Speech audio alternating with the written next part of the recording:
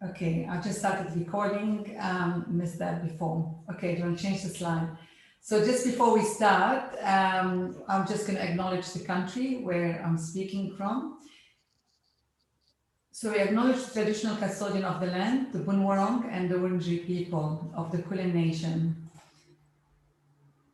Where we stand today, we recognize their continuing connection to land, waters, and community, and pay our respect to them, their cultures, and to elders, both past, present, and emerging. So I'm just going to introduce you to Adib Dada, and I'm going to leave it to him from here. So Adib Dada is the founder of the Other Dada, regenerative consultancy and architecture firm, which mission is to activate projects across architecture, living systems, and art. The way I met Adib was through a colleague and a friend from here, Jane Toner, actually from Melbourne, with whom Adib did the course in 2012, the biomimicry course in Arizona. So when she told me about him, I thought I'd connect straight away with him as we both come from Lebanon.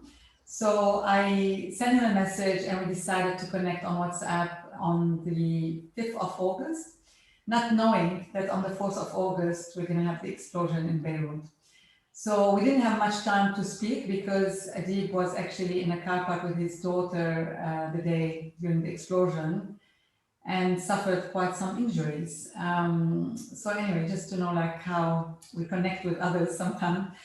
Adib is firmly committed to the decade of action, engaged on rewilding the city and reclaiming public space by planting native forests in urban landfills. So I would like to welcome Adib Dada. Thank you very much, Nadine, and for inviting me and taking part in organizing this festival. Hello, everyone. I'm Adib Dada. I'm talking to you from Beirut, and I would like to acknowledge, the memory of the people who were affected by the Beirut blast, which took place on August 4th, 2020. So the blast not only devastated our office, but also impacted each one of us on a deeply personal level. So we would like to take a moment to pay our respects to all the victims and their families. More than 200 people died in the blast. More than 6,000 were injured, and more than 300,000 people were displaced from their homes.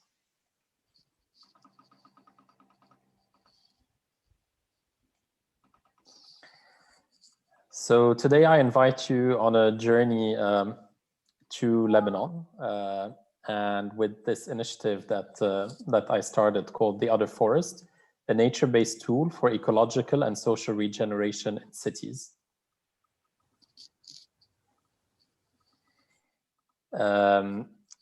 I founded my company, The Other Dada, back in 2010 as a regenerative consultancy and architecture firm.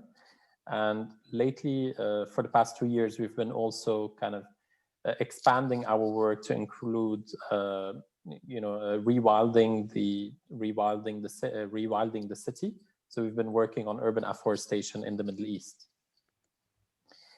The premise for that comes from my studies in biomimicry and this quote by the founder of biomimicry, Janine Benyus: "What if our cities were as effective and generous as a forest?" Basically providing not only for humans, but also for other species in perfect balance with the operating conditions of Earth. At the moment, our cities are not serving us well. From high levels of pollution to, in our case, in Beirut, coastal landfills, very, very little green space. So we have less than 1 square meter of green space in Beirut, versus the WHO recommended 9 square meters per person.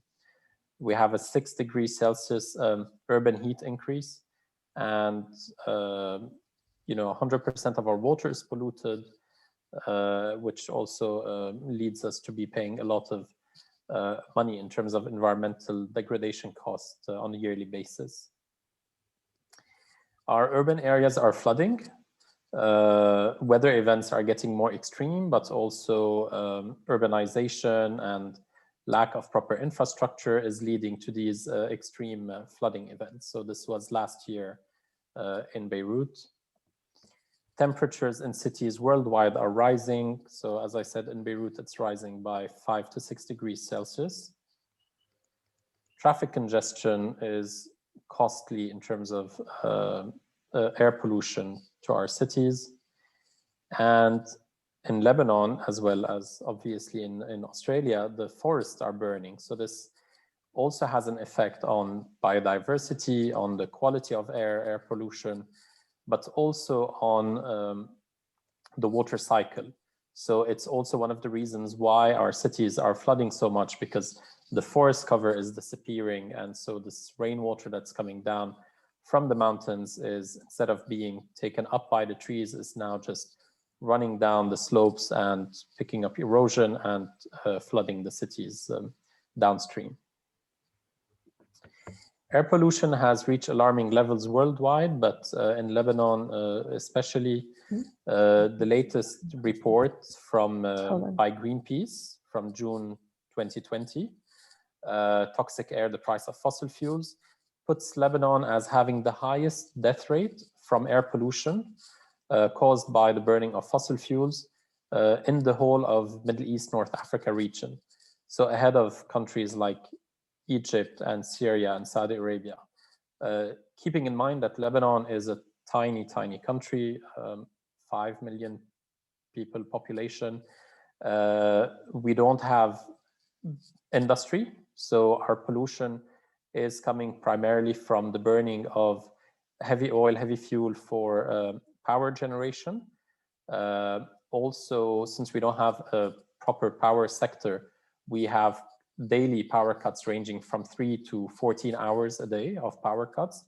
So a lot of people rely on private generators that are also extremely polluting, as well as not having any public transportation infrastructure, so people rely on private cars. So these three factors are the contributing factors to the air pollution. So urban forests are a nature-based solution for urban challenges. They help us in fighting climate change, in filtering air pollutants, in cooling cities, protecting biodiversity, birds, animals, insects, managing urban floods by restoring the water cycle, improving physical and mental health. They can offer a competitive advantage for development projects, and they are cost-effective, requiring no watering nor maintenance after only 3 years. And it is perfectly aligned with the UN SDGs, especially goals number 6 on water and sanitation, goal 11 on sustainable cities, 13 on climate action, and 15 with preserving life on land. We use a unique technique in our urban afforestation, which is called the Miyawaki technique. And this was developed by Dr. Akira Miyawaki in the 70s in Japan. And it is now scientifically proven to be the best ways for cities to mitigate climate change. Miyawaki forests are very dense, fast-growing native forests, which become completely maintenance-free within 3 years. And they work in any environmental condition, from humid environments to the most harsh deserts. They can be grown in tiny plots from 1 square meter up to very big plots of hundreds of thousands of square meters. So if you're familiar with Project Drawdown, which listed the top 80 solutions to fight climate change, restoring degraded lands using the Miyawaki technique is number 13 on that list. And it's the first one that is related to cities. So it is the top solution for cities to mitigate climate change. The World Economic Forum calls it a secret weapon against climate change. And a lot of the mainstream press has been also, like in the past year, really shedding a light on this methodology. And in comparing Miyawaki forests versus conventional landscaping, Miyawaki forests are multi-layered. They are 10 times faster growing. They are 30 times denser, which means they can sequester 30 times more CO2 and more pollution. They are completely organic. They are very biodiverse. They include a lot of very different species. And in 100 square meters, you can have up to 400 trees and shrubs, whereas with conventional landscaping or with conventional reforestation, you would only have 36 trees in 100 square meters. They require half the investment of traditional landscaping, and they only require water and maintenance for the first 3 years. And of course, they don't use any chemical fertilizers or pest control or anything like that. So I'd like to give you a bit of background on how this project started. So this is an overview of, this is a picture of the natural ecosystem of the BEIRUT River. So you can see it's a pretty preserved area. We have a Roman bridge dating from about 100 BC that we see at the center of this image. But the water is already polluted. So municipalities are already in these areas throwing the raw sewage directly into the river. And so when I moved back to Beirut in 2011, I was interested in how this river that used to be, like a natural ecosystem was transformed from a natural ecosystem into basically a sewage infrastructure. And so it all starts with the urbanization in the 1930s, but eventually in 1968, this is what we mark as the death of the BEIRUT River, when it was encased in concrete and completely disconnected from its wider ecosystem. So we witnessed the degradation of the river and its connected infrastructure, which results in a negative impact on the surrounding communities and environments. So we can see the illegal dumping of waste, the loss of ecosystem services, and a very high population density. So from one side, the city is completely disconnected from the river just by the urbanization and the different roads and highways. So you don't really see the river anymore. So there is no direct contact with the river. And on top of that, the Ministry of Energy decided to install solar panels on top of the river, further alienating it from the community. And so this is like, again, from ecosystem to infrastructure. So this project served as a landmark project for the Ministry of Energy, but it doesn't actually work. It worked for the first few months and then it was disconnected. And the cost of installing this renewable energy infrastructure on top of the river was 10 times higher than if they had installed it on the rooftops of buildings. So it was really a kind of like vanity project gone wrong. Since the river, died and the community no longer had access to the river, it became a kind of no man's land. And in a no man's land, all sorts of abuses happen. So in the waste crisis that we witnessed in 2015 and 2016, the garbage was being dumped directly in the bed of the river by the authorities. So they found that this would be like a convenient place to hide the trash.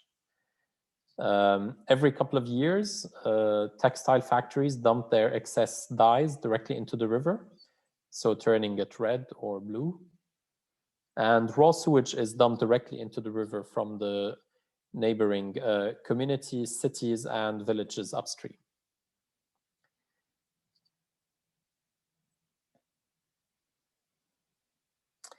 And this, we have to keep in mind that all of this flows into the Mediterranean Sea. So this makes it a local problem with a global impact. So we decided to kind of like start thinking about the river differently and see if we could bring the river back to life, not really by renaturalizing it, because this is something that we cannot do as like, at the citizen level. Like all of this project is just a self-initiated project. But maybe we could bring back through the river through, sound stormwater management and flow restoration, healthy community engagement, and really efficient collaborative partnerships. So by using biomimicry at the systems level and developing the BEIRUT River genius of place, so really understanding what the BEIRUT River was like before and what kind of organisms were there, we can bring back the ecosystem services that the river used to provide us to improve the resilience of the city and the living conditions of the communities nearby.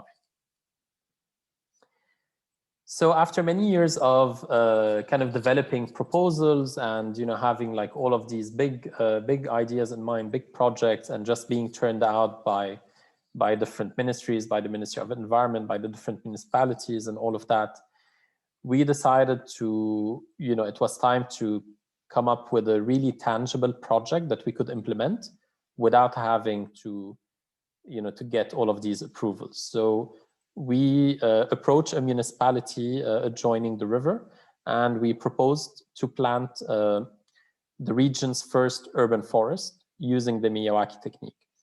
So in this project, we have a total of 500 square meters, and we have planted 2,000 trees and shrubs.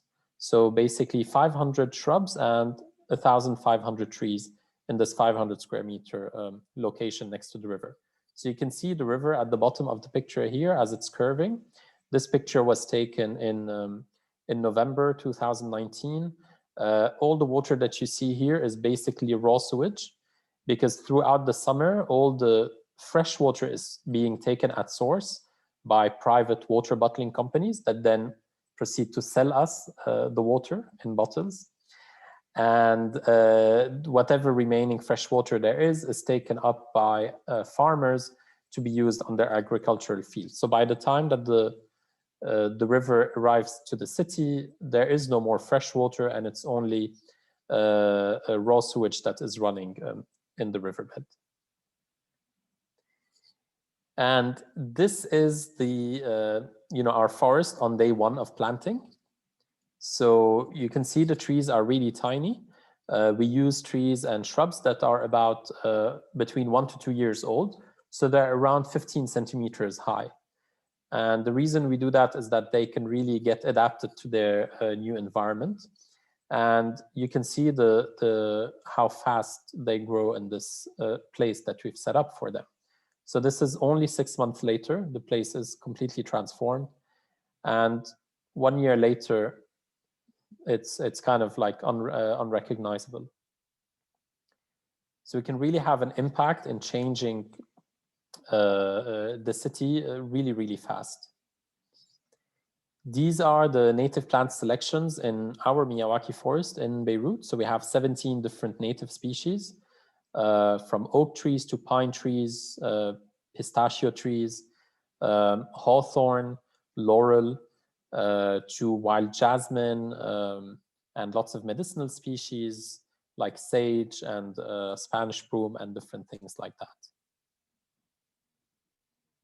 So it really serves to bring back this biodiversity that was lost in the city. So we're really bringing it back to the heart of the city and right next to the river. So since we couldn't bring the river back to life, we couldn't rewild the river bed itself because of the concrete, we decided to rewild the river banks. This is another project that we did in a cemetery. So this is the progress in 8 months. So you can see the transformation in 8 months, where this concrete fence is being completely taken over by the native trees. And this is one of our latest projects in Zouk Musbih. And Zouk Musbih is the most polluted city in Lebanon and one of the most polluted in the whole of the MENA region. And you can see in the background the chimneys from what we call the power plant of death. And so this is the dirtiest power generating plant that we have.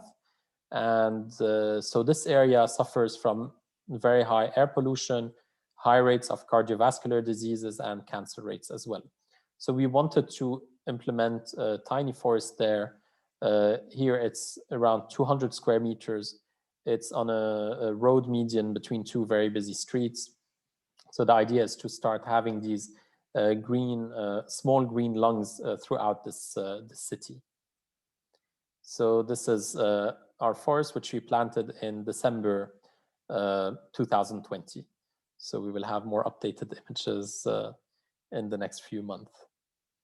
And this is our latest project, which we have planted in a rural area in a ski resort. And basically it's under the snow at the moment.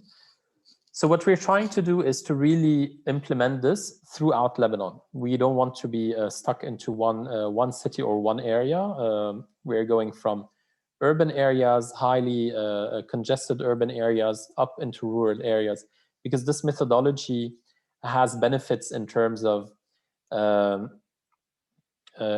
bringing back biodiversity into the cities, but also it has the benefit of regenerating degraded ecosystems. So in the case that we have here in this rural area, it was degraded over the past a few hundred years, even actually going back several thousand years by the Phoenicians, who would cut down the juniper and cedar forest and sell them to the pharaohs to build their temples in Egypt.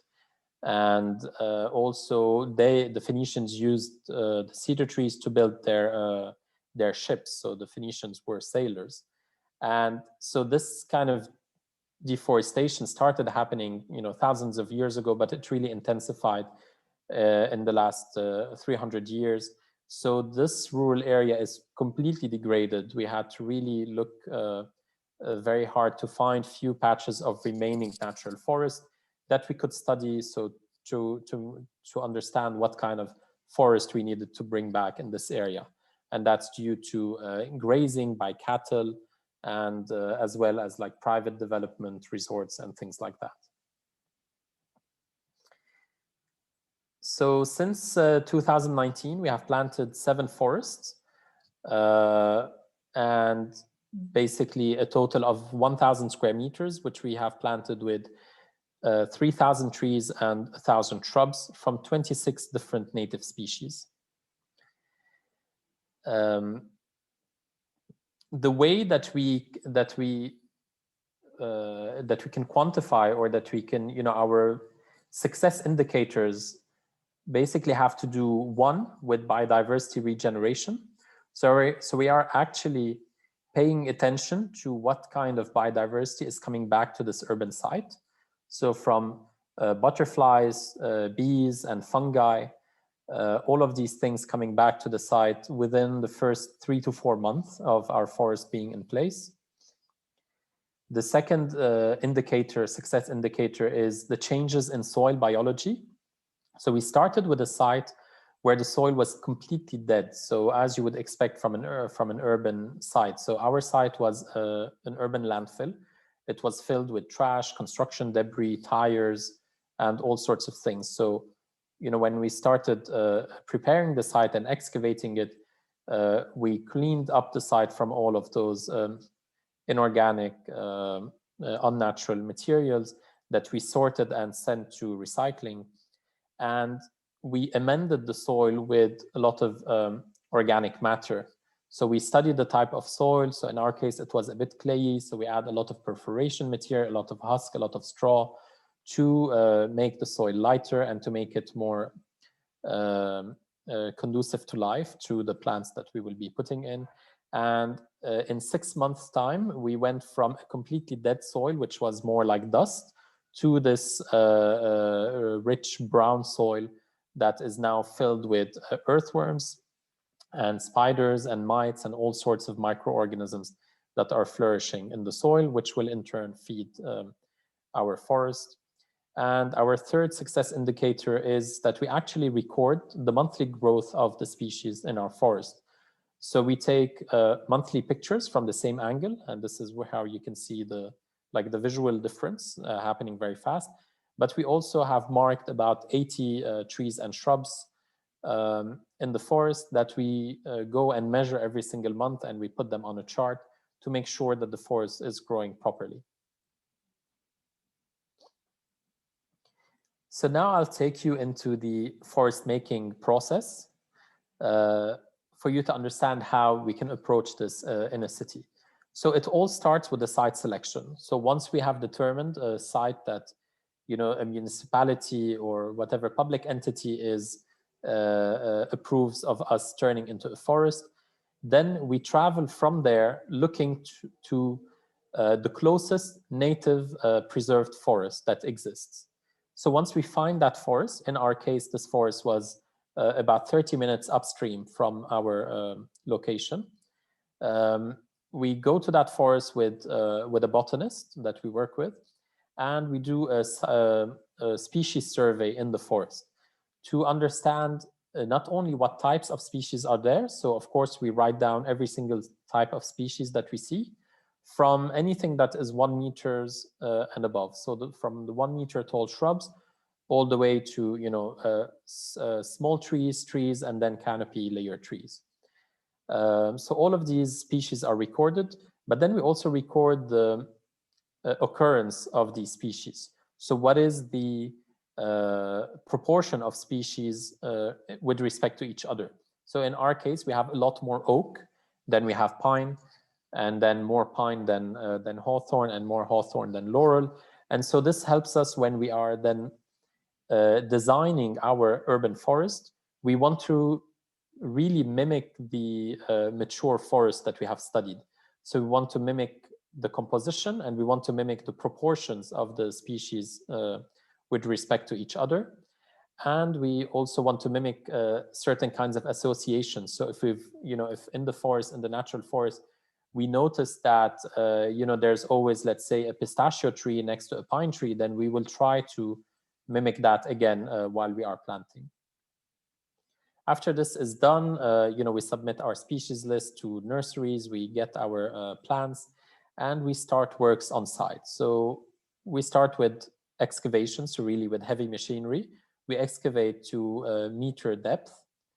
And this is to really uncompact the soil, which in a city is usually very compacted.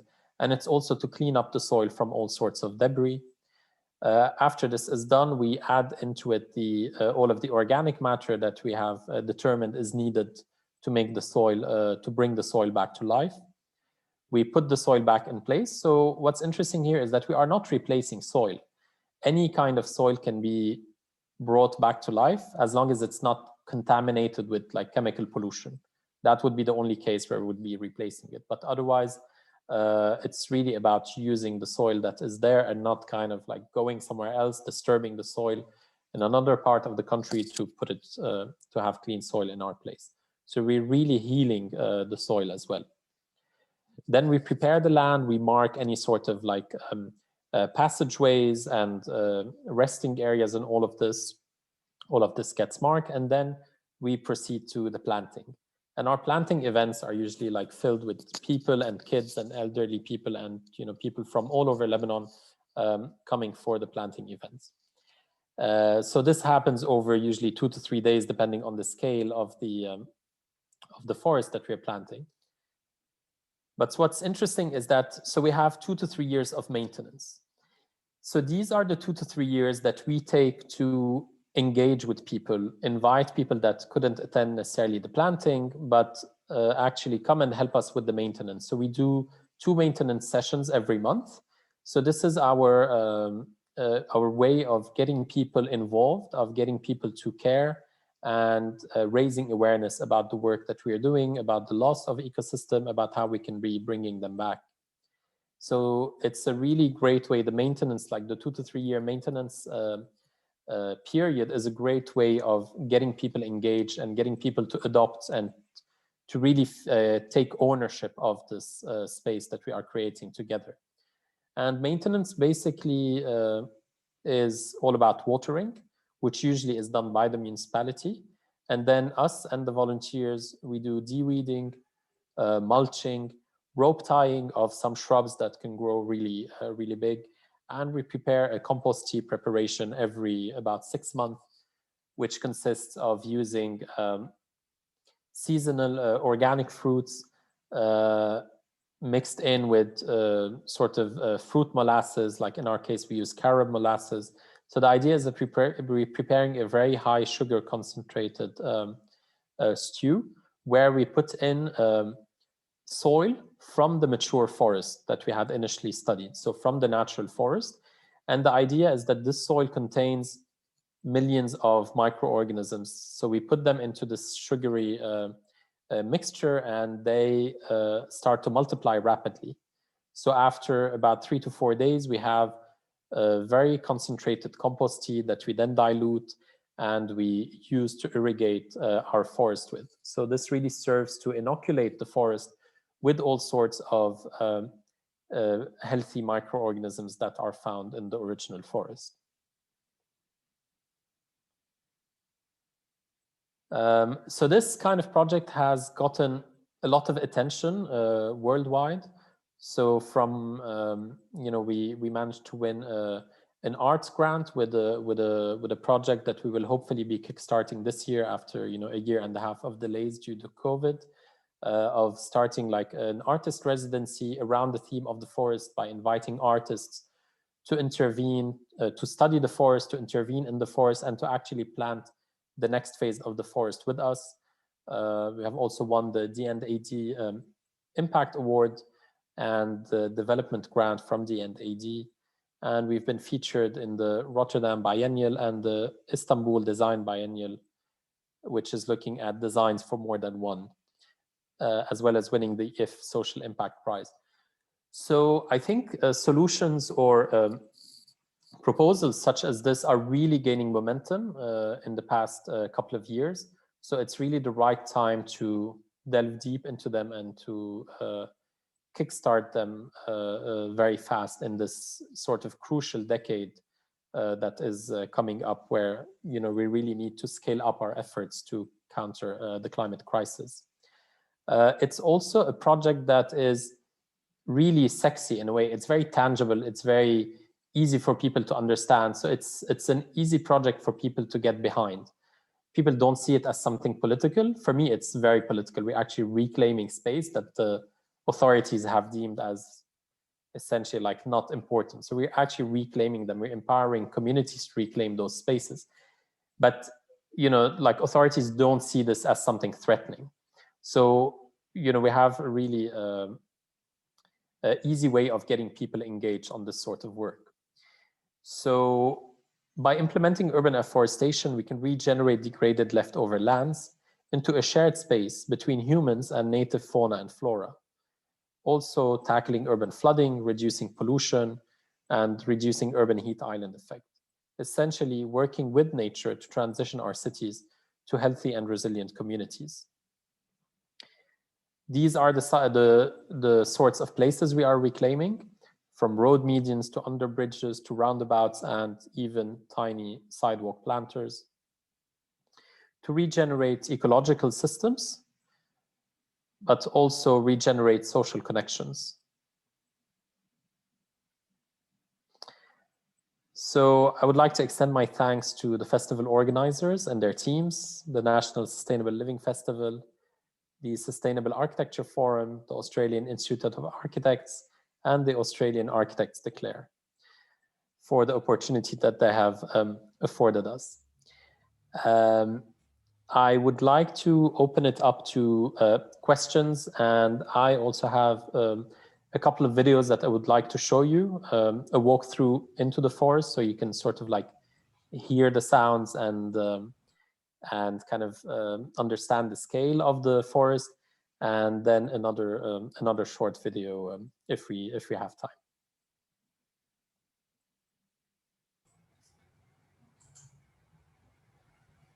Thank you, Adib, for this. Yeah, you can put your chats in the chat box, or if you want, you can unmute and you can ask the question, whatever you prefer. I'll give you probably. Yeah, it would be great if people can sort of unmute and like have a bit of live interaction.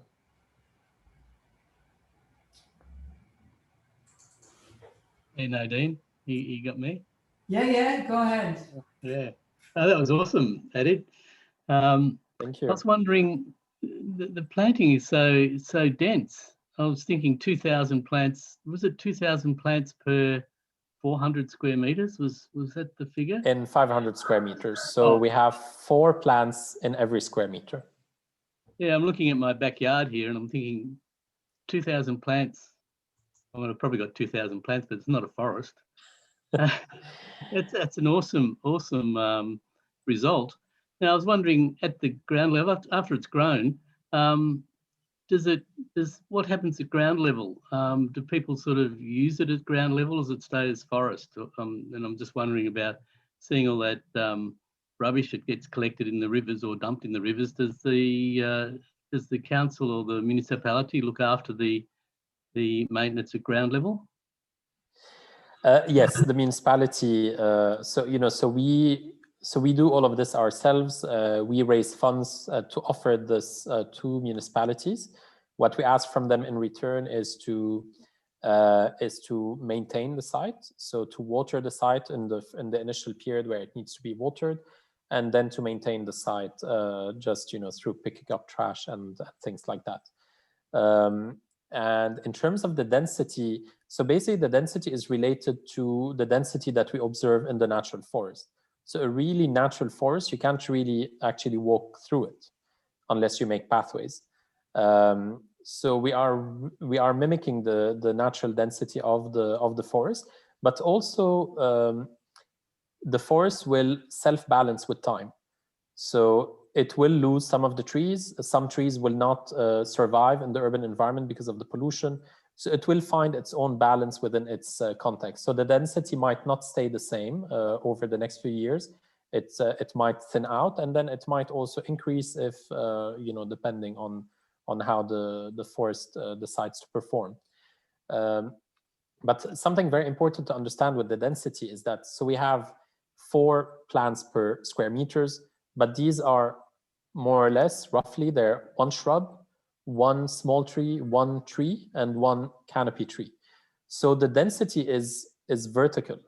So they are each species is occupying a different niche, and so you have this vertical density as well. This is why it has 30 times more surface area, which means it can sequester 30 times more CO2 and more pollution. And so for people to access the forest, we create pathways. Yeah. And these pathways are the accessible parts of the forest, or we have clearings or different things. But the parts that are just forested, they will not be accessible anymore. Yeah, because I can imagine, for me, looking at how harsh and hard the city is, I'd like to go and sit in those places and just sort of enjoy them from a nature point of view. Do people do that? People have started coming to that location because it's an accessible location. Some of our other forests are not as accessible, like the ones in between roads. So they're really just forests in order to rewild the city, which also makes them more of a safe haven for wildlife, for birds and insects and all of this.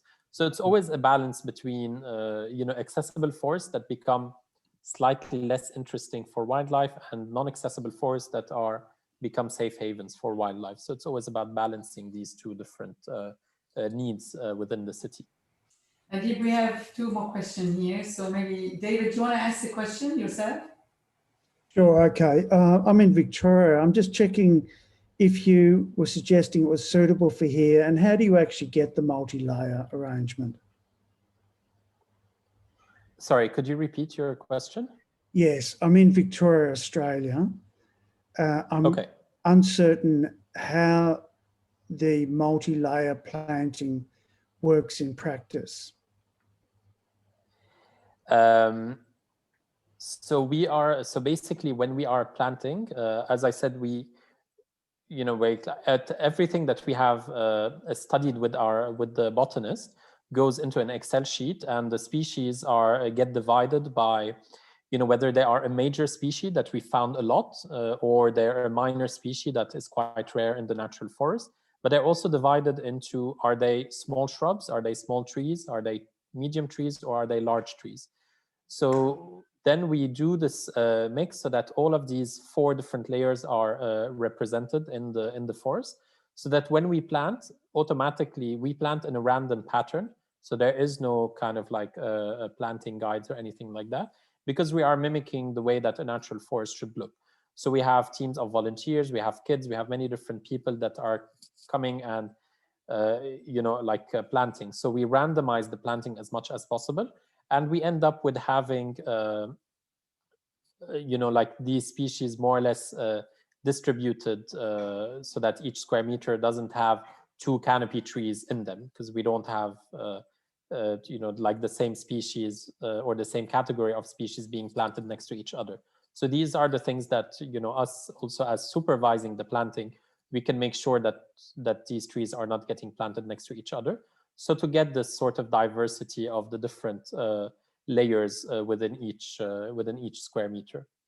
And there is actually a forest maker in Australia. I'm not sure where he is based exactly, but I can share his details with Nadine later on. His name is Brett Krause, and he's been planting. And he was planting yesterday, so he's been doing these Miyawaki forests in Australia as well. So I think it would be really great for you to connect with him if you have any ideas for projects.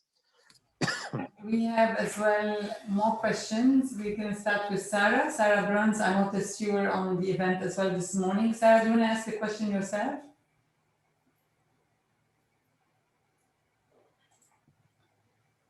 Hi, sorry. Thanks for the preso. I was just really curious about whether or not you planted edibles and whether the survivorship of those species that you did plant was a good hit rate. Because I know in Australia, often they don't get watered, so you only get 60% surviving. So I was curious about those two things. Thank you. Yes, so basically, so we don't decide to plant edibles just to plant edibles. So what happens is that just by the nature of the forest that we had edible species in there, and we also had medicinal species there. So we're really mimicking the natural ecosystem that used to exist there.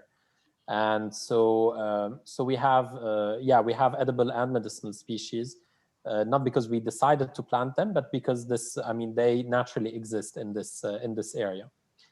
As for the survival rate, for the Miyawaki technique, the survival rate is around 95%. Of course, if it's being watered in the first couple of years. In our case, because we had issues with the municipality and the watering, so in the hottest month, they didn't water for about a week, and the saplings are so small, so we had a 75% survival rate. So even with like kind of not exactly perfect maintenance and watering, we still have a 75% survival rate. But you know, the more we have, like depending on different municipalities, different types of care, the survival rate should be in the 90s. Great. Gray Copeland, I think you know Brett as well. Do you want to ask a question?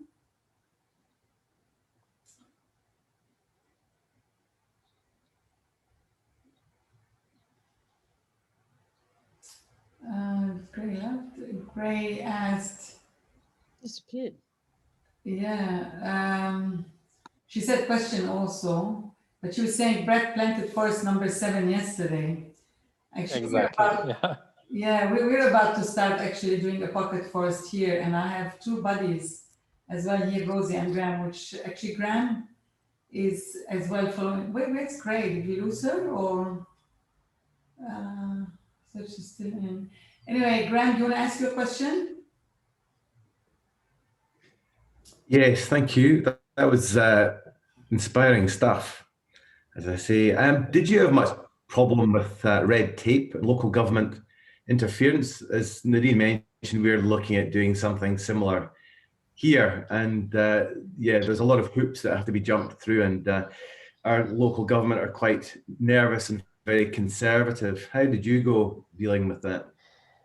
So we have a very kind of like special case where, I mean, they will only care if it's impacting their pockets, or like it's just, I mean, let's just be very blunt. We live in a very, very corrupt society with a very corrupt government, and so for example, like when we wanted to plant the first forest, the first municipality we approached, the mayor was like, "What's in it for me?" Like very bluntly asking for a bribe to allow us to offer them a forest.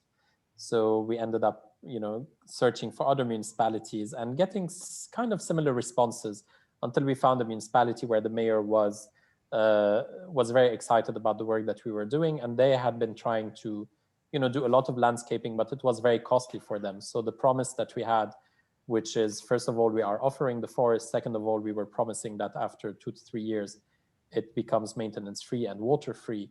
So he was really very excited. So he facilitated, like we have direct, Lebanon is a small country, you know, like connections are like, you can always find someone who knows someone who, you know, has access. So it just becomes a much more personal relationship where I can call up the mayor and be like, you know, your team is not watering properly. Like we need your help to make sure that this forest survives.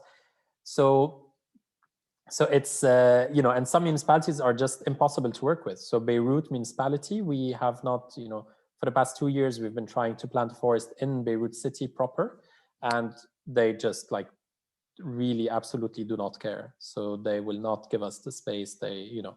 So it really depends. You have both sides, like some places are very easy to work with, some others just impossible.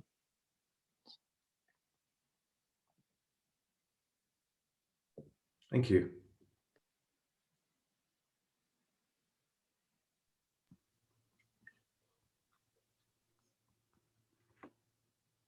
Hello. Hi, Jane. Hi, how are you? I'm good. To see you. Me too. I'm so sorry that my timing got stuffed up and I missed your presentation. So I'm glad okay. to get in It here. was recorded. It looks like everybody's very delighted. Nadine, I can't hear you. You're muted. Sorry, I am. So I was just going to say, this is Jane Toner who introduced me to Adib Dada in the first place. And I'd say Adib and I studied biomimicry together. We were lucky to hang out in the desert in Arizona for a couple of weeks. I don't know. Anyway, so I'm just so inspired by the work that you do, and so how has it been? What sort of biomimicry thinking have you brought to this project? So it was really about kind of thinking about this project at the systems level. So I was kind of explaining, you'll see it in the presentation, but how the river, the BEIRUT River, had lost its ecosystem services because it was transformed from a natural ecosystem to a sewage infrastructure. And so our efforts in bringing it back to life had to do with, we couldn't physically bring it back to life, but we could bring back the ecosystem services that had been lost. So the forest kind of mimics a lot of the ecosystem services of the river in terms of regulating temperature, providing a food source, being also a social space that people come and gather, as the river used to attract a lot of people. So this is kind of like our sideways attempt to renaturalize or to bring the river back to life. And it also has to do a lot with the genius of place. I mean, obviously, like we really studied the forest ecosystem that exists next to the river in the natural part, and we mimic that exactly by bringing it back into the city where it once used to exist. So these are like the sort of like direct biomimicry ways that we approach the project. Then also opening it up, you know, like the ethos part, opening it up to the community, empowering the community in all of this, and bringing them closer to nature, reconnecting people with nature. That, you know, some people came to plant with us that had never planted anything in their lives, and you know, they now just kind of keep on coming back for more and coming back for the maintenance sessions as well. So really infecting people with the nature bug, so to speak. Okay, great. She's back online. So it's not only BEIRUT you get problems, even here you get problems. Yeah, particularly in Perth, it seems. Yeah, sorry about that, I dropped off. Just a question. I'm going to be planting a Miyawaki forest here in Perth. I think it's the first one in Perth, actually. I'm going to be working with primary school children. Have you had much experience with that, and how's it been? So I haven't worked yet with schools, but in our planting events, we invite a lot of kids to come and plant with us.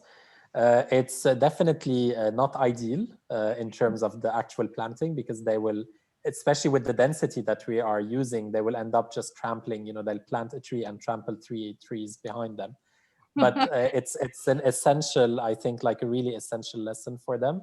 So we make sure that, you know, we have at least like one spot that the kids can come and play with the dirt and play with the, you know, with the compost tea and get their hands dirty and actually plant a tree that they, you know, they feel so proud of having planted. And then, you know, if needed, we kind of go back over this area and fix it if it needs to be fixed. But we think it's really essential. And we are going to start in a few months working with schools who were affected by the Beirut blast. So like maybe, I don't know how many dozens of schools were destroyed by the blast. And there's an organization that is working on rehabilitating the schools and the play areas of the schools. So we will be, whenever possible, we will be, usually these play areas are all concrete.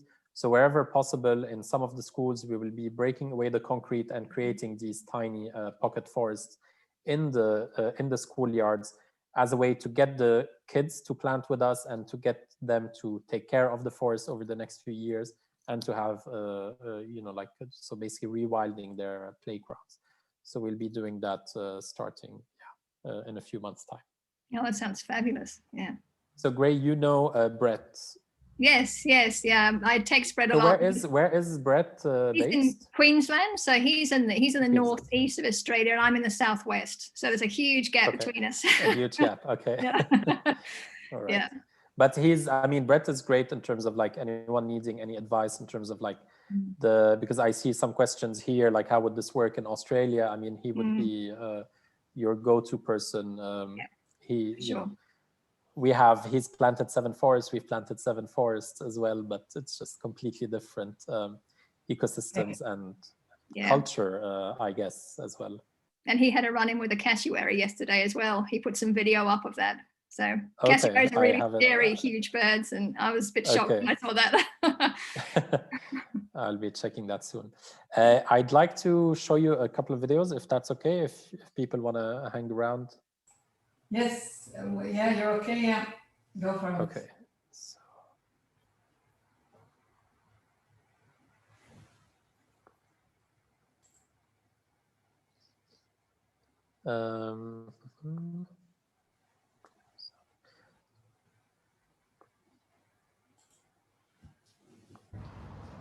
So this is just a video of me walking into the forest last week.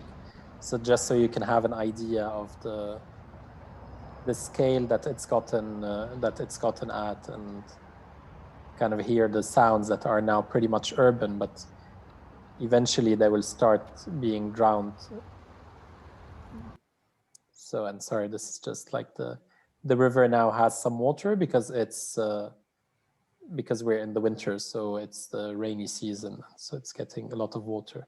But this is where it would usually be just raw sewage.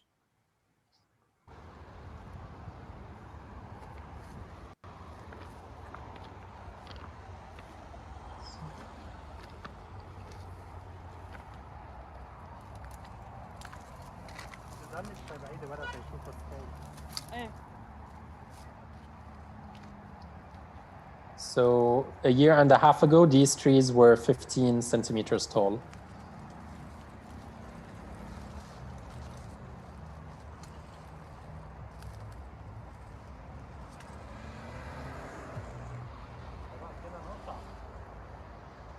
And eventually, probably by next year, I won't be able to walk through that as I'm doing right now.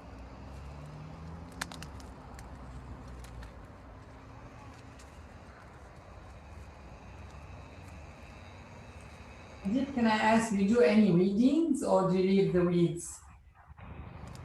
We do weeding, yes, definitely. It's very important because we've prepared the soil so well that the weeds will just come in and take over. So they will completely overshadow our tiny trees and they will take away all the water and nutrients. So we do the weeding for the first 2 years, after which the weeds become a part of the forest. So after the trees are big enough, then we leave the weeds be and we don't touch, we absolutely do not touch anything in the forest. Dr. Miyawaki says, you walk into the forest, you don't take even one leaf out of the forest. Wow. Wow, it's gone so much. More than our nature strip, Graham and Rosie, the one we've done here. Like I said to you, Adib, we started a group here called Rewilding Sonnington, and two of my buddies, Yes. Graham and Rosie, are there as well. In the audience, maybe you should put your videos, guys, so we can see you. So this is just kind of like an overview, just so you can have an idea about the scale. And I'm going to show you one more video, which is which we did with our crowdfunding partners, but it shows you the natural forest and there's some drone shots and stuff like that. So I think that would be nice to see.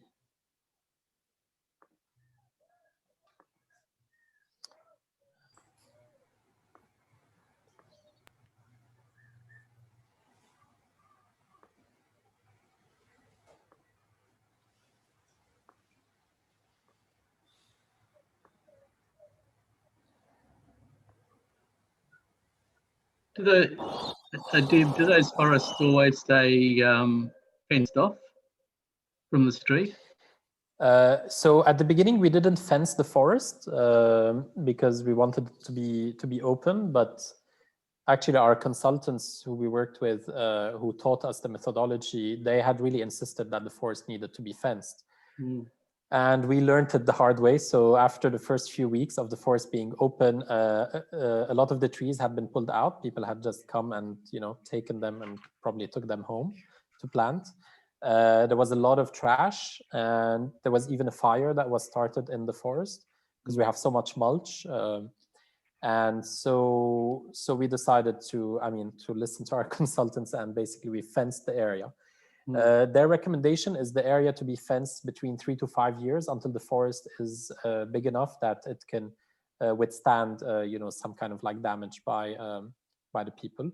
And so the idea is that we would remove this fence in a few years' time.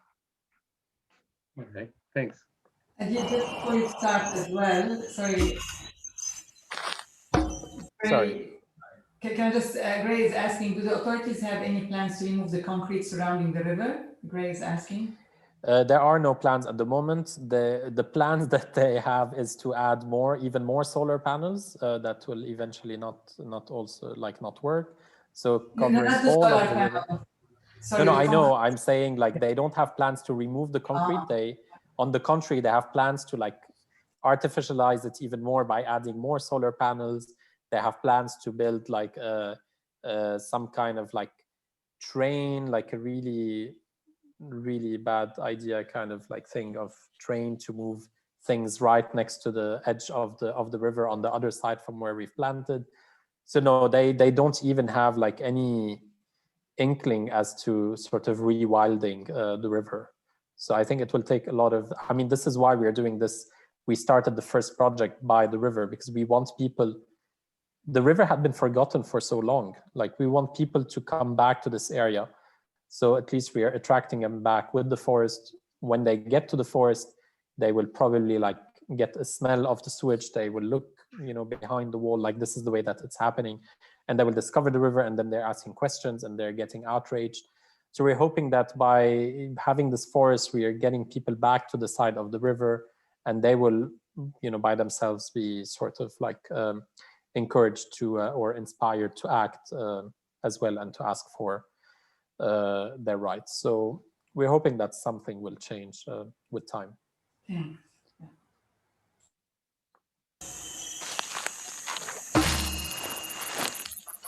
لنرجع نتصل مع الطبيعة، فينا نروح على الغابة أو فينا نجيب الغابة لعنا. باستعمال تقنية مياواكي تكبر غابات محلية وكثيفة بحيالله محل، حتى هون.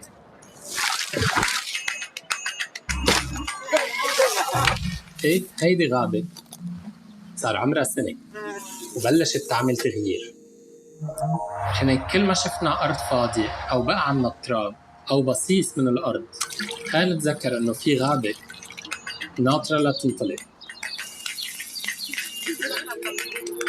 نحن جيل إعادة الطبيعة البرية.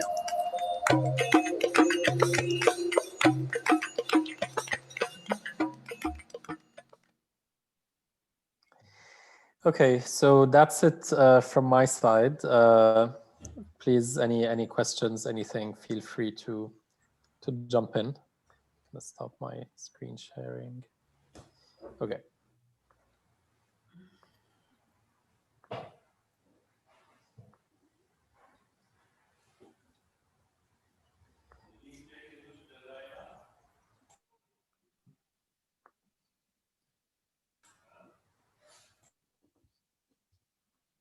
I'd like to ask the questions, but I missed out at that because I wasn't there at the start.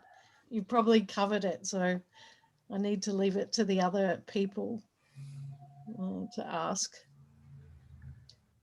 Yeah, just a comment really from the times when we sort of locate landscape in public spaces. The local councils here tend to be more worried about the nefarious activities that could happen in all those secluded spaces. And I was wondering whether, when you take the fences away, is that something you're concerned about? You know, people sort of taking over the spaces and doing all sorts in there, living in them, and all sorts of other things. So it's something that we've considered, but I mean, people will do whatever, you know, they'll always find a way. If it's not a forest, it could be under the bridge, or, you know, so it's not a good enough reason not to have the forest. Like the benefits far outweigh any negative effects. The forest is very dense. You can fence the forest, the parts that you don't want people to access, and keep the pathways open, and keep some public spaces open that could then be, let's say, monitored, or that could have straight lines of vision into them if that's something that is needed. So there are many ways to deal with it, but also research shows that this kind of like fear that people have that you know, by having these green spaces in cities, it will lead to more crime, or to like, you know, like people going and doing drugs and all of that is simply not true, in terms of like, it's not a higher incidence of people, you know, abusing these spaces. So it's yeah, so this is, we did some research. I can look back through it if you're interested, and see if there are any links that I can find again. Yeah, because yeah, they're the sort of arguments I could hear local councils having with that sort of space. Yeah. But as you say, it's not a reason for not doing it. It's just yeah, exactly. Yeah, it's just no, it's a matter of design as well, you know. And there have actually been studies done that in areas that have more trees and more greenery, that there is less crime. So these studies have been done. So maybe that's a good argument. Is that as a suburban scale, or is that as a sort of mini park scale, like Adib's suburban scale? Yeah. But I was wondering about you in your video, Adib. You showed oh, there was a really cool dragonfly. We had a project here. It was called the Living Pavilion, and it was at Melbourne University, and they just put in all of these indigenous plants, and did a lot of studies about, you know, what insects that brought to the area and what birds came in. Have you got universities involved in this project? Is there that sort of research? We were supposed to, but with COVID, it's just been really impossible to do anything substantial. Yeah. So we had lots of interesting partnerships lined up, researchers that like coming in to start doing like carbon sequestration studies and soil carbon sequestration in soil and all of this. But we've been on successive sort of total lockdowns. We haven't been able to maintain the forests properly. So but this is something that's definitely very important, and that's on our list to do. Would you give us any advice, since we are on the cusp, like Graham as well in rewilding Stonington? I think Rosie just had to leave. For our first pocket forest here in Victoria, in Melbourne? I mean, definitely, you know, like just do your research properly. Site preparation is key. So it's the most important part because it's the only time that you're going to actually be digging up this plot. So after this initial time, like, you know, you won't be touching the soil anymore because you don't want to upset the microorganisms that are there and the communities that are forming. So really take the time to study the type of soil, see what kind of amendments you need to add to it, dig it up once, do the work, you know, do the work once properly, and then once you put it back in, that's it, you never touch it again. So just do a lot of research, a lot of preparation. This will be the basis of success. Otherwise, the forest will not survive on its own. Like, it will not become self-sufficient if it's not, you know, prepared properly. That's great, great advice. Okay, so I'm really conscious of the time. If anyone would like to still ask the questions, you can go ahead. Otherwise, I'll wrap up in a minute or so. I can see there's a couple of people from Lebanon. Is it Lara and Kevin? Kevin is part of our team at the other Dada. Oh, okay, that's great. Hi. Hi, who's that? Hi, Lara. Hi, Lara. I'm Lara, yeah. Hi, Lara. I just wanted to say that it's a pleasure to finally get to see Mr. Adib. I'm originally from Australia, but I am living in Lebanon. And I'm currently part of the Global Youth Biodiversity Network in Lebanon. And we have been in contact with Mr. Adib, and he told us to actually contact our municipalities for in order to plant forests. So I have been doing that. So it was very interesting to actually get to see the technique that he presented. And it was just a pleasure being here. Oh, that's great. That's fantastic. So this is something, Nadine, like that's a good thing. Thanks, Lara, for bringing it up. So we are asking, because everything we are doing here is like, you know, just sort of like self-initiated citizen efforts to change things in our cities. So we're really calling on the youth, on people to reach out to their own local governments and to set the stage for us to come in. So we can't, I mean, we are a team of 2 people, so we don't really have time to like travel across Lebanon and just to locate lands. And so basically we're asking the youth to be engaged, to go to ask their local government. And if they are interested, this is where we come in, and then we, you know, we make a formal presentation, and then we raise funds to implement the forests. That's great. So engaging your local youth is, you know, is a really good idea as well. Yeah, we are taking the same approach actually here, even though there's a lot of initiatives from the government. We are still doing like the bottom-up approach as well. So very much as well, a lot of it is initiated by citizens really. But we're lucky, I think we have grants here that we can tap in as well. So fundraising, I mean, funding could be more available maybe. All right, I think it's Saturday night, so I think we're gonna wrap it up. So thank you, Adib. Thank you very much. Thank you for having me. And for your presentation. Thank you all for attending. We really appreciate that. If you live in Melbourne, please do tune in for tomorrow's presentation. Jane is doing seeding indigenous corridors and nodes, which is a project that took us, what, Jane, a couple of years to get off. Still going, and yeah, it's a similar concept of, you know, how do we establish connections through our cities for biodiversity. And I think, you know, creating nodes like the Miyawaki forests is part of that sort of solution. So yeah, it's very exciting. Very exciting. So we're starting in May, and currently Jane's been working on this program. End of May, we're starting CPDs and workshop in the Institute. And later on, we're continuing with, you know, further action as we go along.